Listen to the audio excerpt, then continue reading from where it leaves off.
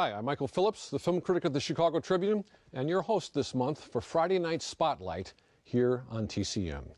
Each Friday this month, we're exploring all sorts of forward-looking films gathered under the banner of Future Shock. And the plots of our next two movies have something else in common. They both take place in a world where technological improvements have led to unintended and sinister consequences. First up is director and screenwriter Steven Spielberg's AI, Artificial Intelligence.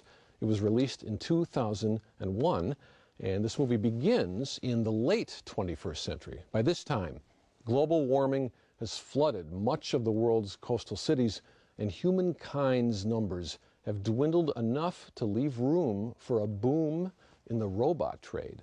These humanoids are known as mecha. Now, according to AI, an advanced form of mecha, capable of real emotion, has been invented by a professor played by William Hurt. Haley Joel Osment portrays David, the little boy robot with very nearly human emotional makeup. And where the story takes this boy culminates in scenes set 2,000 years in the future. It's a complex and troubling fairy tale indeed. And the authorship of AI is complex too. Director Stanley Kubrick initially worked with various writers to bring the project to the screen, but after Kubrick's death, his widow said that Kubrick believed all along Spielberg was the one destined to realize the story's mixture of pathos and dystopian dread. So, did the result turn out to be more Spielberg than Kubrick, or a fascinating mixture of both artists' temperaments? You be the judge. From the year 2001, featuring Jude Law as the mecha known as Gigolo Joe, who becomes David's unlikely guardian. Here is Steven Spielberg and Stanley Kubrick's vision of the future, AI. Director Steven Spielberg finished post-production on AI while he was in pre-production on his next film, Minority Report. We showed that last week as part of our Future Shock Festival. Spielberg once said he considered AI a tragic story about the end of the human race. No small potatoes there. He also said he wanted to stay as true to Stanley Kubrick's vision as he possibly could.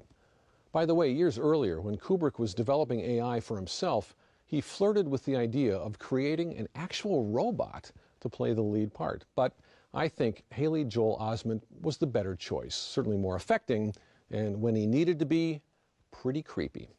The movie did very well overseas, earning most of its money there, while doing fairly well in the U.S.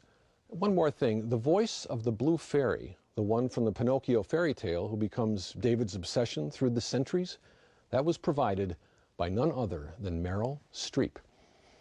Next, our Friday Night Spotlight continues with Arnold Schwarzenegger, who's in for the ride of his life after visiting a mind-altering vacation travel agency. Tonight on TCM's Friday Night Spotlight, Paul Verhoeven goes back to the future for Total Recall. Then scientist Richard Basehart plots to unleash the Satan bug. And Lionel Jeffries is one of the first men in the moon.